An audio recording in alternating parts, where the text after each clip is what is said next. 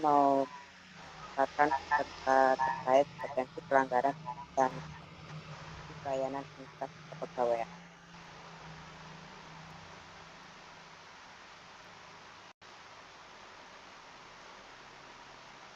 Latar belakangnya, pengembangan penyadapan peradilan pegawai ASN dan ASN Kota Surabaya melalui aplikasi mobil sehingga diharapkan dapat meningkatkan efisien dan efektivitas kerja pegawai.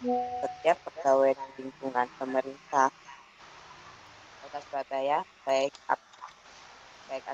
ASN maupun non-ASN wajib melakukan pencatatan kehadiran pada saat datang maupun pulang kerja. Baik, selanjutnya ada beberapa potensi pelanggaran etika. Yang pertama, batas waktu untuk mengunggah dokumen pendukung pada Tekoca adalah 3 hari kerja dihitung setelah aktif bekerja. Kedua, apabila telah melanggar batas waktu 3 hari, pimpinan perangkat daerah menyampaikan untuk surat pernyataan. Yang ketiga, pada kondisi GDN, dokumen pendukung Tekoca agar diupload pada hari hanya, paling lambat jam 8. Next, selanjutnya. Untuk solusi yang mengatasi potensi pelanggar etika, kepala sebagian umum kepegawaian atau yang menjabat di kepegawaian yang bertindak terhadap Tekoca pada masing-masing perangkat daerah bertanggung jawab untuk melakukan generate laporan pada Tekoca maksimal seminggu sekali.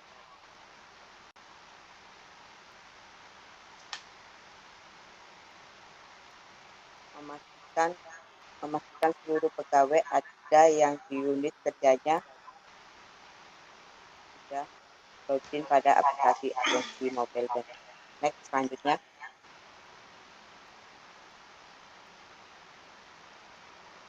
Jadi yang saya simpulkan, setiap atasan langsung pada perangkat daerah di lingkungan pemerintah Kota Surabaya harus melakukan pengawasan melekat secara langsung pada staf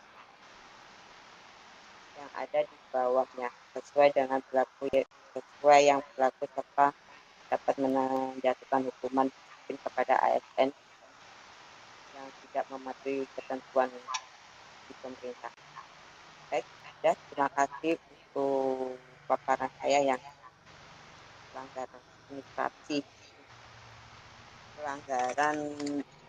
potensi pelanggaran etika administrasi. Demikian, terima kasih. Mungkin ada pertanyaan dari teman-teman. Mohon izin Bu Mawar, saya menanggapi nggih. Terkait bagaimana sanksi jika melakukan pelanggaran secara berturut-turut, Bu? Untuk pelanggaran yang berturut-turut yang dilakukan itu petugas kepegawaian akan memanggil untuk menghadapkan pimpinan dan diagendakan pembinaan untuk buatkan berita acara dan surat pernyataan yang tidak untuk mengulangi lagi. Itu. Oke, siap. Terima kasih. Yang terakhir, saya nggih. Kebetulan saya kerja di instansi Kelurahan Karangpilang dan ini potensi pelanggaran etika terhadap pelayanan yang ada di kantor kelurahan. Bisa diturunkan, Mas Daniel.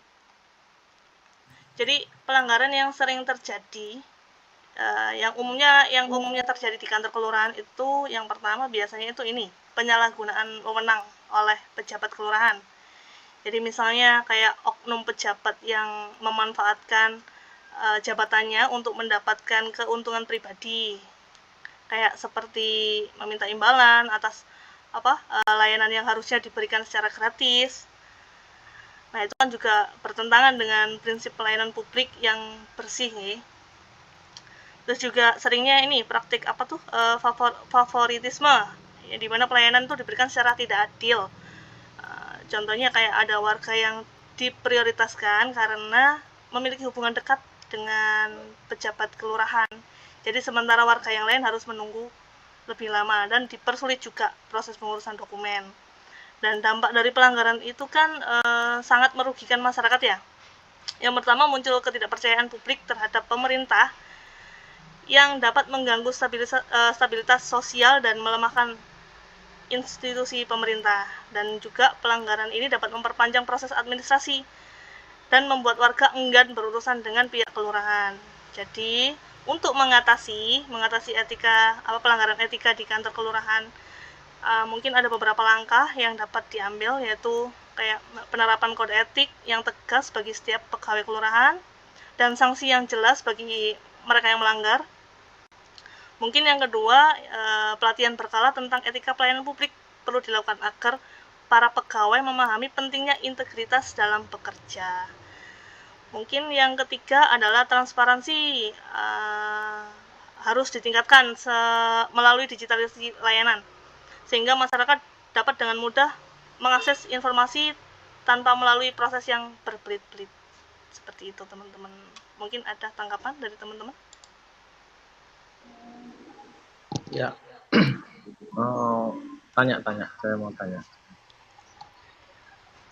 Dikit aja ya. Sedikit, Monggo. Mbak Vito.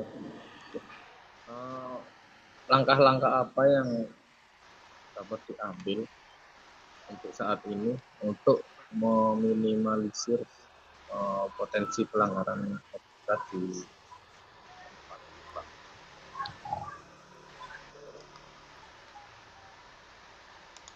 Oke, siap. Langkah-langkahnya nggih.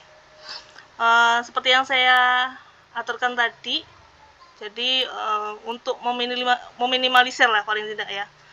Ada beberapa langkah. Yang pertama, yang diperlukan penerapan kode etik tadi bagi setiap pegawai kelurahan dan diberikan sanksi yang jelas bagi mereka yang melanggar.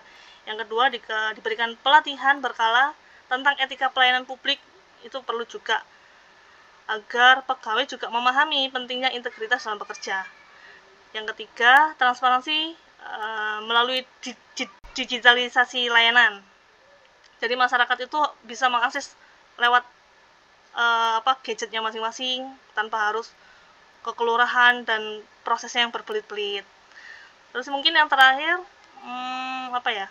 mungkin perlu ada mekanisme pengawasan yang efektif ya, baik dari internal maupun eksternal, serta adanya jalur pengaduan juga yang mudah diakses oleh warga. Seperti itu sih, Mas Dani. Oke, terima kasih jawabannya. Ini berarti kita semua ya, menyampaikan visi dan misi. Ya, sampun, ada dari teman-teman mungkin ada tambahan untuk kesimpulan dari pertemuan atau diskusi kita siang ini? Berarti kalau menurut saya itu memang di setiap di setiap kita kerja atau instansi kita kerja itu memang potensi-potensi pelanggaran etika itu pasti ada nih di semuanya ya. Iya, betul loh itu. Oke, ada Pak. Termasuk surat menyurat pun. Kalau menurut saya sih intinya sih menurut saya sih Bu, kalau menurut saya sih intinya itu kan integritas masing-masing dari pelaku pelaku kegiatan ya. Jadi kalau kita memang mindsetnya itu mindset jujur terus tanggung jawab, itu mungkin bisa meminimalisir daripada potensi etika pelanggaran yang ada di instansi kita masing-masing. Menurut saya seperti itu sih Bu. Iya betul Pak Pipi, terima kasih. Dari teman-teman yang lain mungkin? Cukup Mbak Kiki. Cukup mungkin gitu aja dulu pertemuan saat ini. Mungkin dari yang senior, Pak Pipit, mungkin penutup kata-kata Mutiara, monggo. sajanya saya ini tidak senior ini ya, yang senior mungkin ada yang lebih senior ya.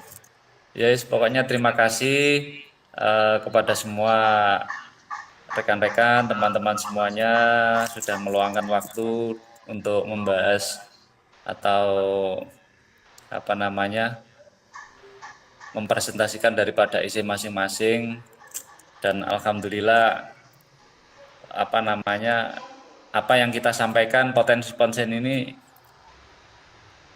bisa dijawab dengan baik, mungkin nanti bisa diimplementasikan di instansi kerja masing-masing. Matur nuwun, terima kasih banyak kepada semua teman-teman atas waktunya. Demikian saya sampaikan, matur nuwun sangat, semuanya sehat selalu dan semangat lulus. Matur nuwun. Assalamualaikum. Amin. Amin. Semangat. Oke, demikian kita kelompok E yang terdiri dari tadi Perdana Lavia, Pak Pipit Rusyantono, Ibu Gatra Taurista, Ibu Lisa Mukti Wahyuni, Ibu Mawar Kusuma, dan saya Rizky Nur Ardianti. Pamit undur diri.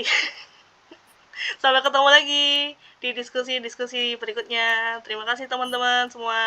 Assalamualaikum warahmatullahi wabarakatuh. Waalaikumsalam. Waalaikumsalam warahmatullahi wabarakatuh.